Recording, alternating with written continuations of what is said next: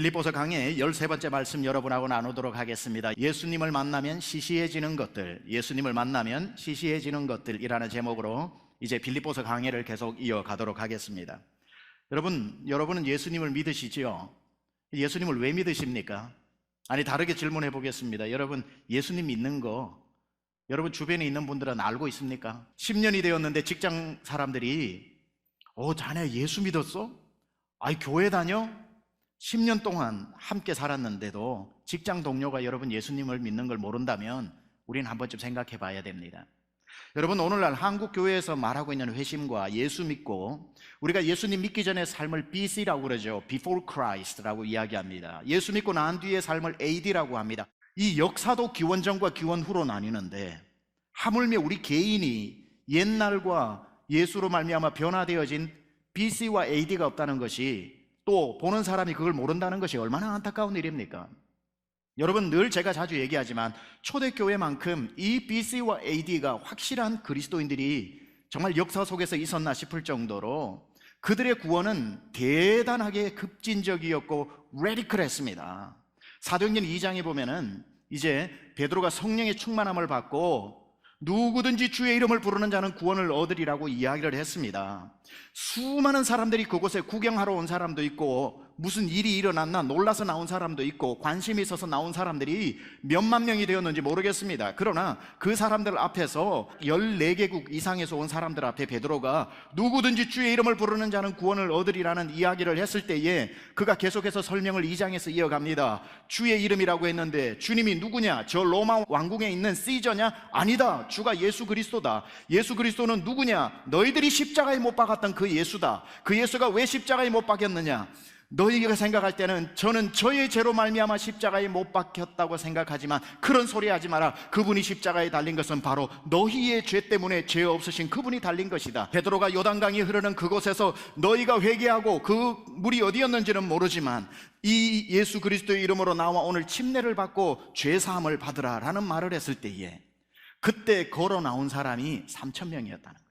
베드로도 놀랐을 겁니다. 주 예수 그리스도의 이름으로 침례를 받고 죄사함을 받고 회개하고 통회하고 자복하라고 했는데 3,000명이 잘못 듣고 나온 줄 알고 아마 이랬을 것 같아요. 아니, 잠시만, 나오기 전에 잠시만 말을 못 알아들은 것 같은데, 여러분이 지금 걸어 나와서 내 앞에서 여기서 침례를 받는다는 게 무슨 뜻인 줄 압니까? 다시 말할 테니까 잘 들어보고 그래도 걸어 나와야 되겠거든. 걸어 나오십시오. 여러분이 지금 이 수만 명 중에 예수 믿겠다고 걸어 나오는 게, 나오는 순간 여러분은 종교를 바꾸는 겁니다.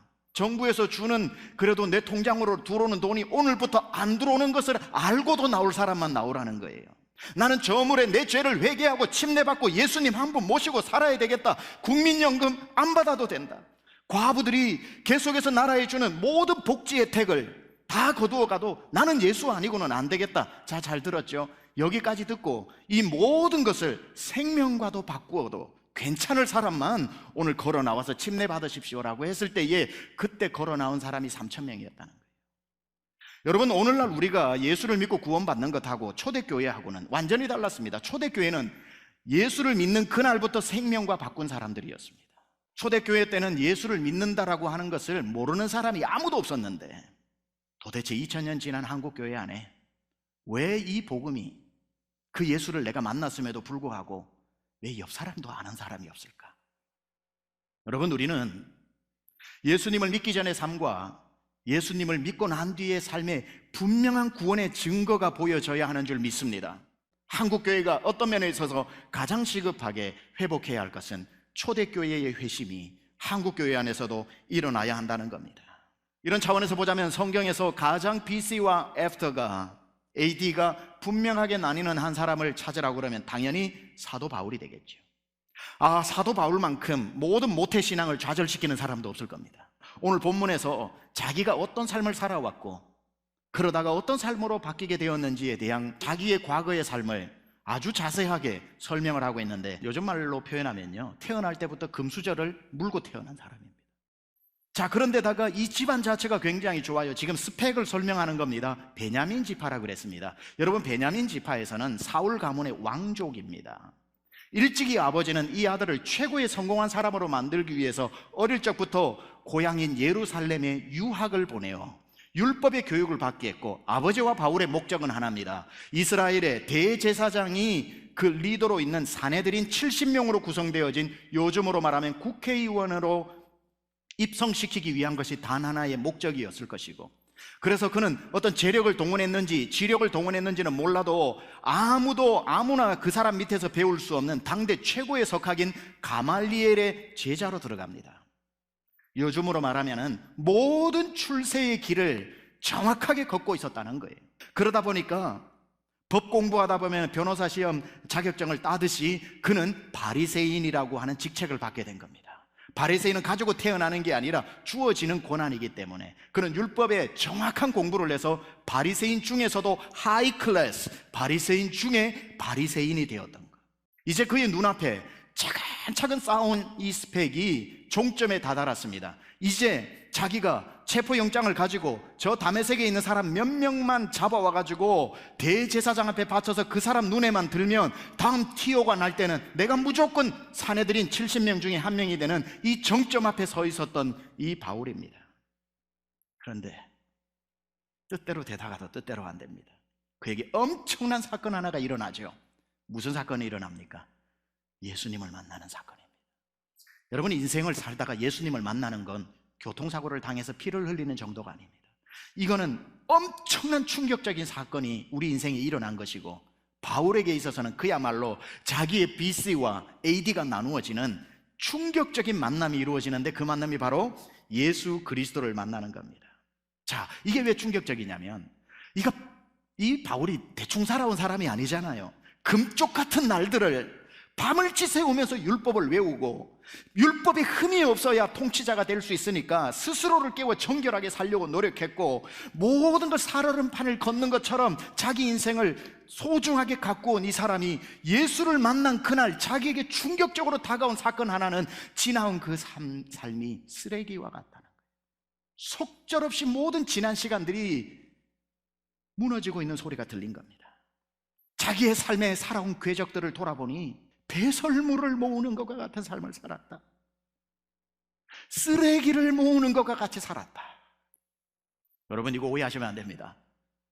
그의 살아온 진지한 삶들이, 율법에 흠이 없으려고 살았던 그것, 이왕이면 성공해가지고 쓰임 받으려고 했던 사내들인 공회원의 출세의 길을 걸었던 것이 쓰레기와 같은 삶이었다는 뜻이 아니라, 그걸 무시하는 게 아니라 진짜 보석인 예수님을 만나고 났더니 그 모든 것이 쓰레기 이상의 값어치를 쳐줄 수 없더라, 이 말이에요.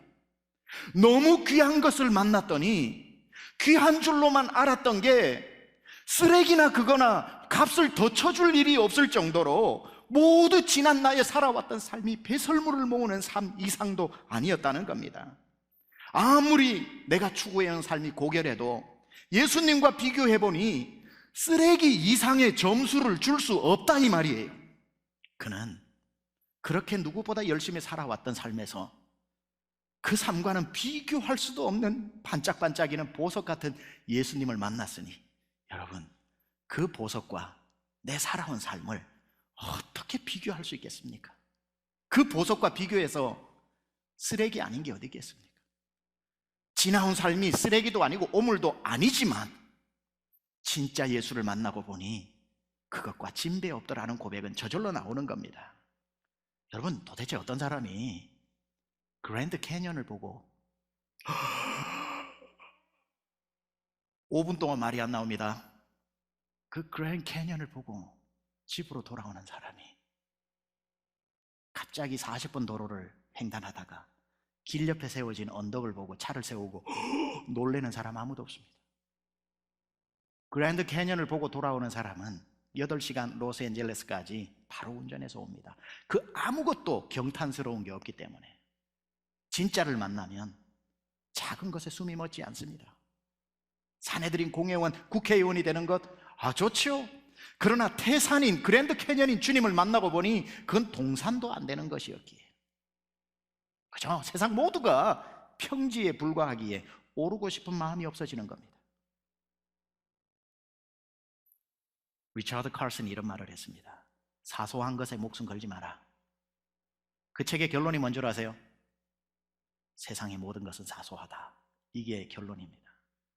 여러분, 우리가 얻으면 기쁘고 못 얻게 되면 속이 상해 밤잠을 못 자는 그 붙잡고 싶은 게 어떤 면에 있어서 사소하게 이룰 데 없는 것일 수 있고, 예수님을 포기하면서까지 예배와 말씀과 기도와 신앙을 포기하면서까지 당장에 급해서 잡아야 되는 그것이 정말 쓰레기가 아니라는, 정말 허무한 것이 아니라는 그 보장이 여러분 없습니다. 진짜 예수를 만나고 보면 그 모든 것들의 의미가 새롭게 해석되어질 겁니다. 여러분, 태양을 쳐다본 사람이 태양을 쳐다본 사람이 가로등 보고 눈이 부시겠습니까? 태양을 쳐다본 사람이 어느 빛에 감탄하며 현혹되겠습니까? 태양에 눈을 맞춘 사람은 그 어떤 불빛에도 마음을 빼앗기지 않습니다. 바울이 만난 다메섹으로 가던 그 정오에 그 태양이 그 정수리를 내리쬐던 그때에 바울이 본 것은 태양이 아닙니다.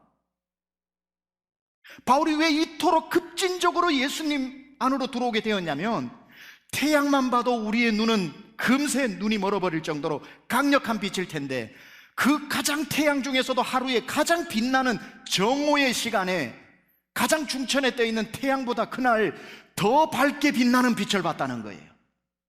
나중에 아그리빠 왕 앞에서 사도행전 26장 13절에 바울이 자기가 다메섹으로 가면서 봤던 그 빛을 이렇게 증언하고 있지요. 왕이여, 정오가 되어 길에서 보니 하늘로부터 해보다 더 밝은 빛이 나와 내 동행을 둘러 비추었습니다. 그가 본 것은 태양만 봐도 눈이 부실 텐데, 그가 본 것은 가장 힘있게 비추는 정오의 태양보다도 더 밝은 예수님을 봤는데, 그 빛을 봤는데 세상에서 이리 오라고 손 흔드는 어느 가로등 불빛에 우리의 마음을 빼앗길 수 있겠습니까? 무엇이 흔들어야 우리의 시선이 그곳으로 가겠습니까? 빛을 본 사람은. 여러분, 우리가 이 본당 안에 이 많은 조명을 켜놓았지만 태양 아래에 이 빛을 다 갖다 놓아 보십시오. 이 빛은 아무런 빛의 역할을 하지 못합니다. 태양의 빛이 이 모든 것을 삼켜버리기 때문에. 그 태양보다 더 밝은 예수님이 우리의 빛 되시는데, 그 빛 되신 예수님 앞에 우리 인생에 무엇이 반짝반짝 빛나는 삶이 될 수 있겠습니까? 우리는 세상 것을 버리려고 노력하지 마십시오. 내가 이미 소유한 예수님이 얼마나 귀하신 분인가를 아는 것이 더 중요합니다. 주 예수보다도 귀한 것은 없네. 이 세상 명예와 바꿀 수 없네. 이전에 즐기던 세상 일도 주 사랑하는 마음 빼지 못해. 세상 즐거움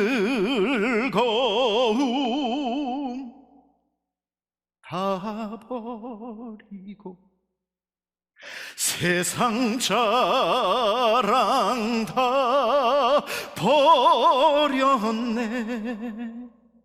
왜요? 주 예수보다도 귀한 것이 없기 때문에. 버리려고 노력하지 마세요. 귀한 것을 보면 저절로 버려집니다. 진짜 예수님을 만나는 게 더 중요한 거지요. 바울은 오늘 빌립보서 3장에서 예수님을 만나고 나니 지난 삶이, 자기가 살아온 인생의 궤적이 주마등처럼 스치고 지나가는데 자기의 삶을 이렇게 한마디로 요약합니다. 예수 만나기 전에 나의 삶을 요약하자면, 나는 율법에 매인 사람이었다. 율법에 매인 사람이었다. 여러분, 여기 오해하지 마세요. 율법이 악한 것도 아니고 나쁜 것도 아니고 저주도 아닙니다. 하나님이 모세를 통해 우리에게 주신 것입니다. 그런데 왜 율법이 우리에게 저주와 같은 역할을 하게 되었냐면, 율법을 지킬 능력이 없기 때문에 그렇습니다. 율법이 약한 것이 아니라 우리가 약한 것입니다. 그래서 율법이 우리에게는 무시무시한 사망의 도구와 같이 역할을 하고 있는 겁니다. 마치 전혀 부모의 재산을 가지고 귀한 일에 쓸 수 없는 자녀에게 막대한 유산을 물려주는 것은 복이 아니라 저주가 되는 것과 같이, 부모가 복인 줄 알고 물려준 게 오히려 자자손손 망치는 저주가 되는 것처럼, 율법이 잘못된 것이 아니라, 부모가 자녀에게 물려주는 재산이 잘못된 것이 아니라 감당할 수 없는 자에게는 그 복도 저주가 되는 것처럼, 이 율법이 우리 약한 죄 중에 있는 인생에게는 율법이 아무리 좋아도 지킬 능력이 없더라는 거예요. 관리할 능력이 없더라는 거예요. 순종할 능력이 없더라는 거예요. 그래서 율법의 한계가 거기에 있는데, 바울은 마치 이 율법을 다 지켜낼 수 있는 사람처럼 살았던 기고만장한 삶. 나 다 지켜낼 거야. 누가 더 필요해? 메시아가 왜 필요해? 내가 지켜버리면 되지.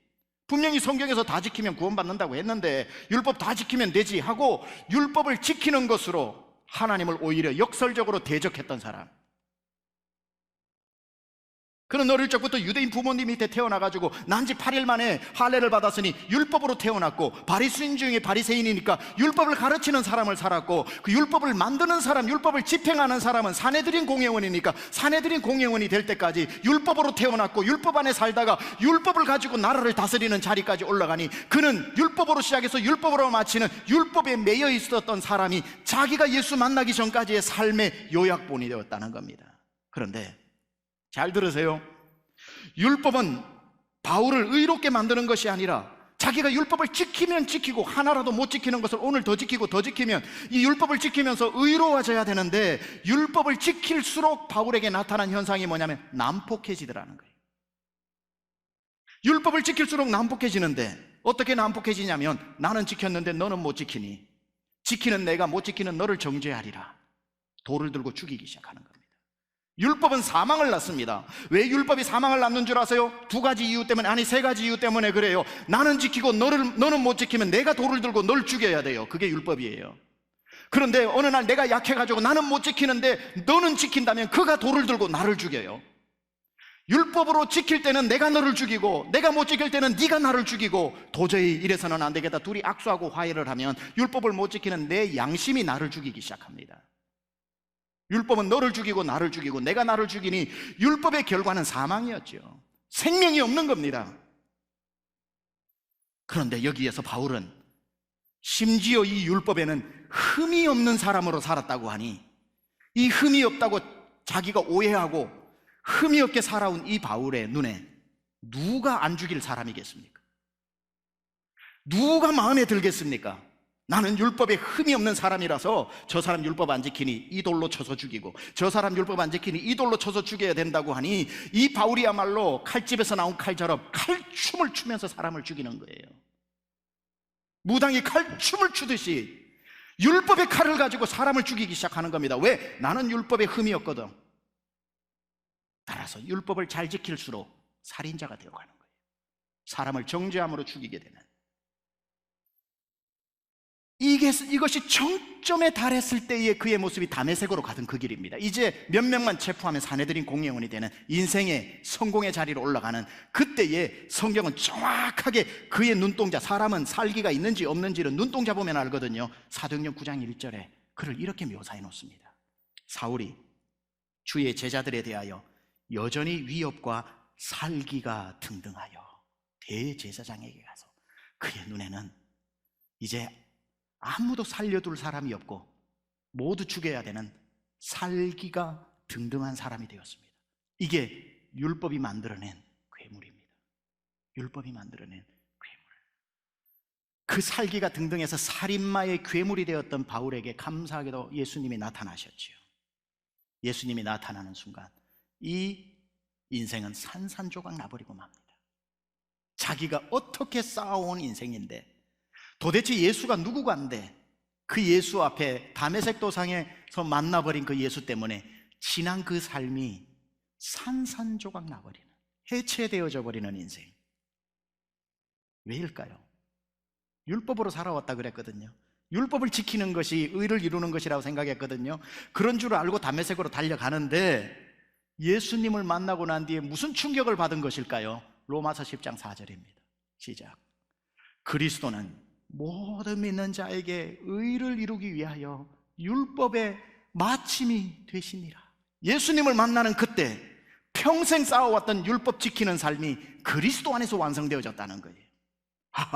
그리스도는 모든 믿는 자에게 그토록 원하는 의를 이루는 율법의 마침이 되는 것이구나. 우리가 의롭게 되는 것은 율법을 지키는 것이 아니라 그리스도를 믿음으로 되는 것이구나. 그리스도를 받아들임으로 되는 것이구나. 그래서 갈라디아서 3장 24절에 이렇게 이야기합니다. 이같이 율법이 우리를 그리스도께로 인도하는 초등교사가 되어 우리로 하여금 믿음으로 말미암아 의롭다함을 얻게 하려 함이라.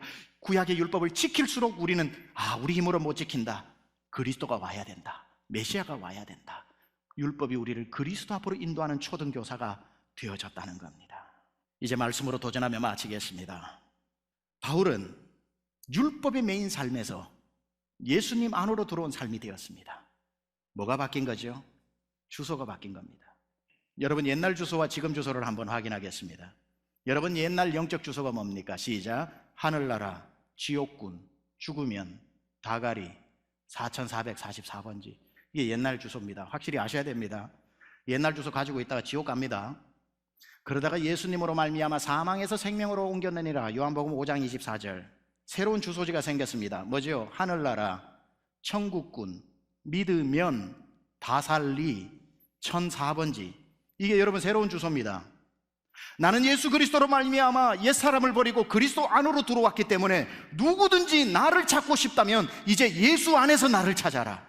나는 예수 그리스도 안으로 들어왔고 나를 찾고 싶다면 예수 안에서 찾아야 된다. 그게 오늘 8절 후반절 9절 상반절에 이렇게 표현합니다. 그리스도를 얻고 나는 이제 그 안에서 발견되려 함이니. 나를 찾고 싶다면 그리스도 안에서 찾아라는 거예요.